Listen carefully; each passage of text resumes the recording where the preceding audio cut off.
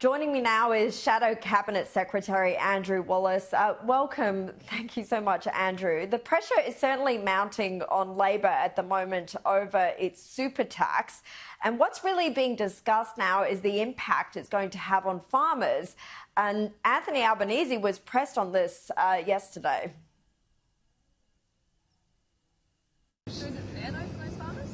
What we need to do is to make sure that our superannuation system is fair.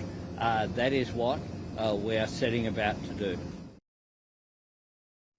But what we know now, Andrew, thanks to the papers, is that some members of Labor's economic team wanted to exempt farmers, but they were overruled. Why do you think they would have done that?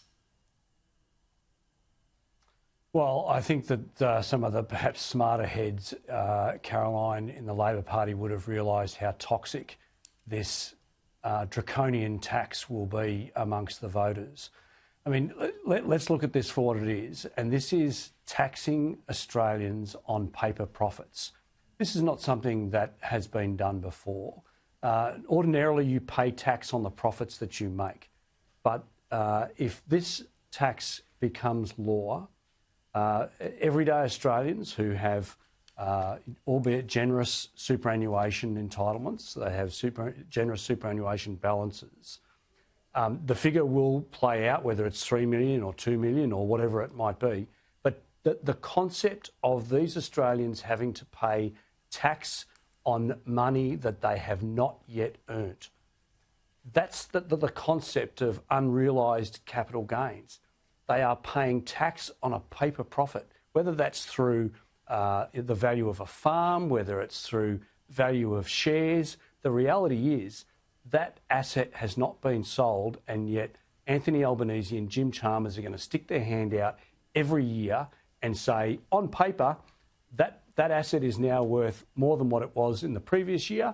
You need to pay us now 30% of the value of that increase in value. Now, that is just an anathema to everything that the Liberal Party stands for. And in fact, most Australians, I think, would be up in arms about this.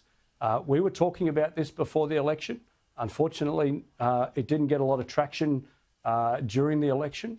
But I tell you what, it's getting traction now. And Australians, particularly people like farmers, who would be in a situation where what do they have to sell? How do they pay that annual tax? They're going to have to start selling assets to be able to pay that tax that they haven't even earned yet. So, you know, it's just crazy. Well, it looked at one point like the coalition might be trying to reach a deal with Labor here and at least get indexing fixed into this policy so that it doesn't trap more people going forward. But now the coalition has come out and said that there will be no compromise with the government. Why did it, take so long to reach that point? And do you think now there's a risk that the policy is going to be even worse if the government reaches a deal with the Greens? Well, I don't agree that there was a potential compromise. Ted O'Brien and before him Angus Taylor were very, very clear this is a draconian tax. It's a bad tax and, we don't support it. The Financial Services Council has identified that even if in its current form, that is $3 million balance, that is unindexed, that will impact not on 80,000 Australians, as the Treasurer would have you believe, but on 500,000 Australians. And if it was $2 million and unindexed, it would impact on 1.8 million Australians. So, it is far more reaching than what Jim Chalmers would have you believe. And, we will fight this every step of the way. If the Labor Party do a deal with the Greens, I think that they will rue the day. Yeah. Well, let's move on because the South China Mourning Post are reporting that Anthony Albanese will meet Chinese President Xi Jinping this summer. Now, that would mean that he would have visited more with Xi than with US President Donald Trump. What do you think that says about him? Well, clearly, the Prime Minister has been trying to cosy up to Xi Jinping ever since he became Prime Minister.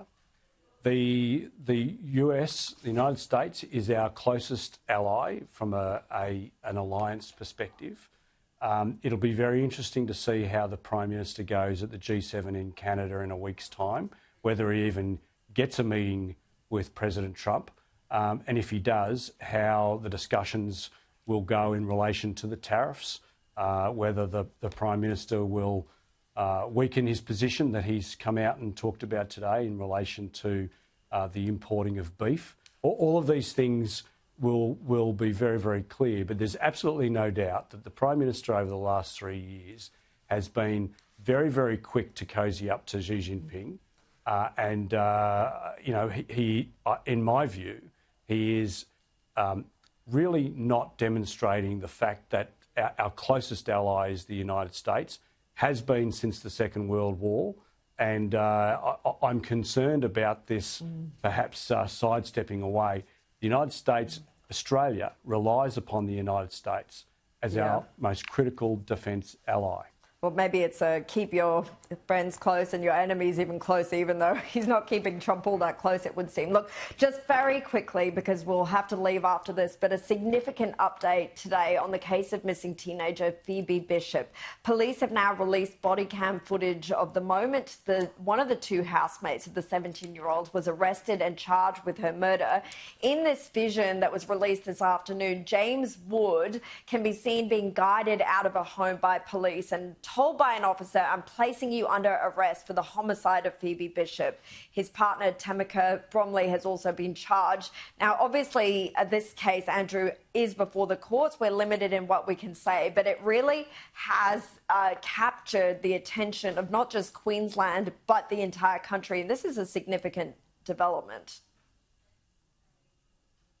It is, Caroline. I think when the male individual there was released without charge just last night, there was a concern on the part of many Australians. But I think the first thing you've got to recognise is that everybody's entitled to the presumption of innocence. But our heart goes out to Phoebe's family, the Bishop family, that the absolute pain that they must be experiencing right now. I would just send a shout out to, if anybody knows anything about the disappearance of Phoebe, anything at all, even if it's remote, please get in touch with police, because your information could be just that very small missing piece in the jigsaw puzzle which could assist the police. Yeah, well said. Andrew Wallace, thank you for your time. Authorised by Andrew Wallace, LNP, Boccarina, Queensland.